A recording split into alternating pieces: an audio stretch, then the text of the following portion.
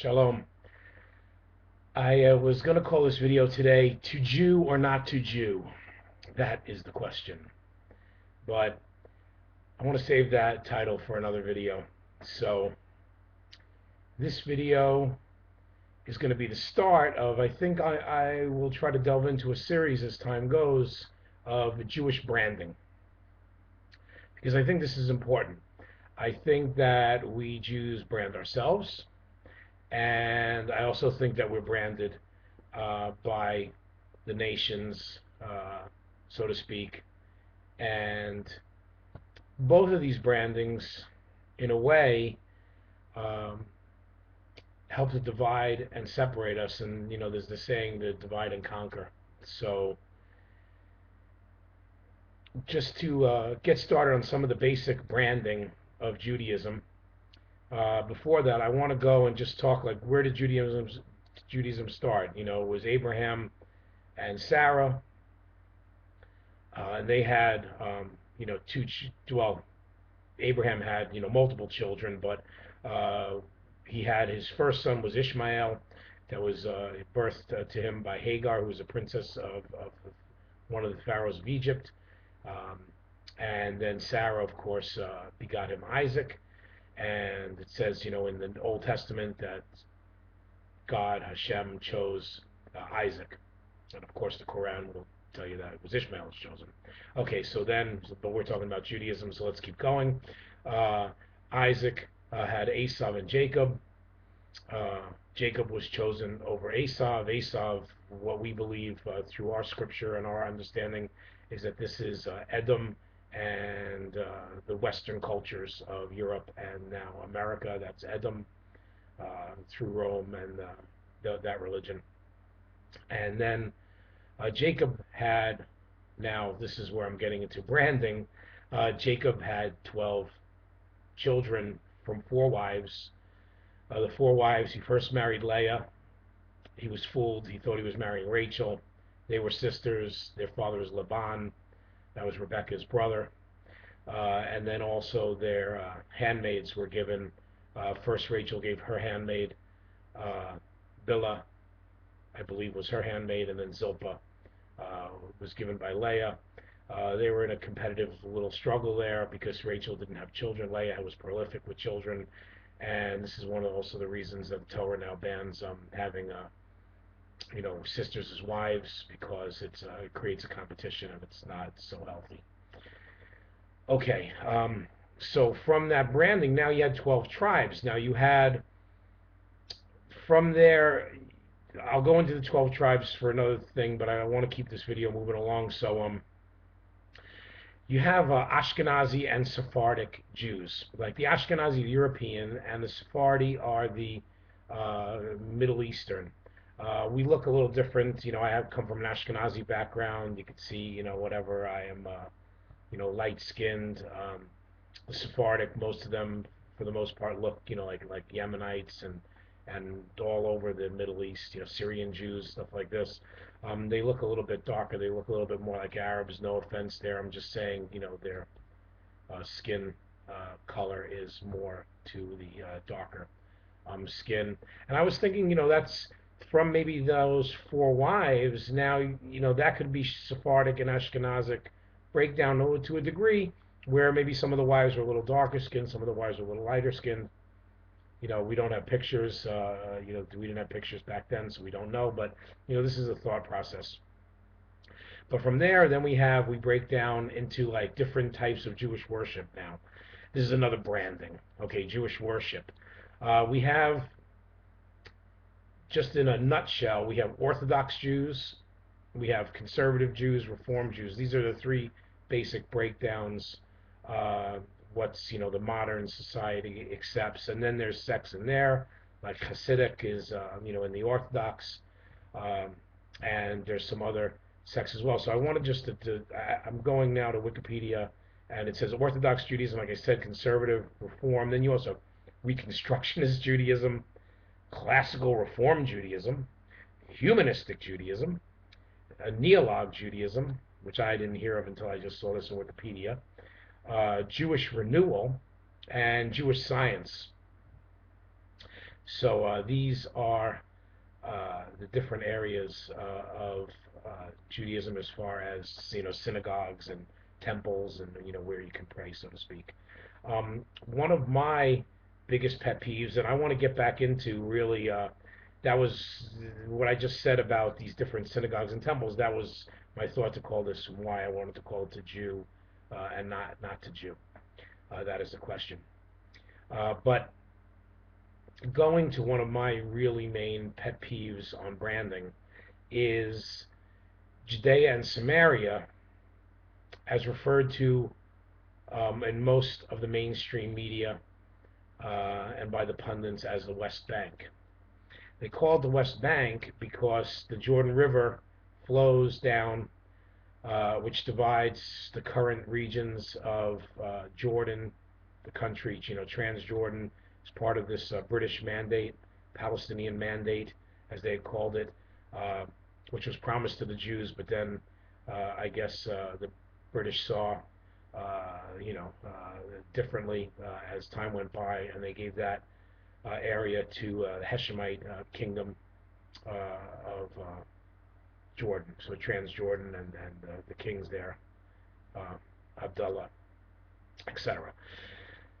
Which is, if you look, it's part of the tribal lands. And then, so going back now on the west bank of the Jordan is, Judea and Samaria. Now these areas, I'm going to post a map of the tribes there so you can see. Judea, really there's no real argument, south of Jerusalem, and you'll see that on the map. Judah, his tribe was given. Samaria, I would imagine they call it Samaria, and I didn't do so much research because I wanted to get this video up. But I would imagine because of the Samaritans, when the Assyrians came in, and the Assyrian Empire was about moving peoples and whole populations from one area to another. That's what helped keep them in power. Because once they moved an entire population to a different area, they couldn't really fight over their land, so to speak, because it wasn't their land anymore. So the Assyrians moved once they exiled the 10 northern tribes, and the tribes that were in Jordan. They basically sent the Samaritans here, and that's why I guess it's called Samaria. But that area is really a combination. I drive through, so I see on Highway 60 there's a Benjamin region, which starts where Jerusalem ends, and the Shomron, or Highway 60, goes out of Jerusalem. It's the Benjamin region, Benjamin. Then I drive through what's Ephraim region as well, which includes like Shiloh, and I imagine, and also Manasseh is north of Ephraim. So Ephraim and Manasseh are there as well. Manasseh kind of loops around and touches the Jordan River, and then it actually goes on the other side of the Jordan River on the east bank, where on the east side was the tribes of Gad, Reuben, and half of Manasseh was over there as well. So the Samaria region is really a combination of Benjamin, Ephraim, and Manasseh. And if you remember, Ephraim and Manasseh, which are spoken of tribes when Levi, or the Levite tribe is not spoken of as a tribe. When the Levite tribe is included, then Ephraim and Manasseh become the tribe of Joseph, who was one tribe. But that region is also including the city of Shechem, where is their father's burial site, the Kever Yosef, the burial place of Joseph. So that is really one of my pet peeves going forward here. So I just want to say that I detest when people call this area the West Bank. And even to break down Judaism, that's another topic for another video of maybe we should just say, observant Jews, non-observant Jews, something like that, and then delineate what is observant, like the Sabbath is a minimum for observance. But we really should all come together. Whether we observe, don't observe, we really should understand. I was reading through a little bit of this topic before I posted this video regarding the fact that we have a stagnant population, around 12 million people, plus or minus. Some say 11 and a half. I've seen figures when I was reading up to like 14 million, but really around 12 million Jews. Stagnation because of the assimilation of our people, and the fact that people just, as I saw with my own family and my own friends growing up, in the New York area, the fact that assimilation is, 3 or 4 generations away from any Orthodox Jew and who thinks they can, live by tradition and things like that, which hasn't worked here in Israel. People flock out of Israel. People consider themselves Israeli. They call themselves Israelis, meaning, anyone that has citizenship here. You're Israeli. It doesn't necessarily mean Jewish. And this breakdown is very, very troubling. We need to come together.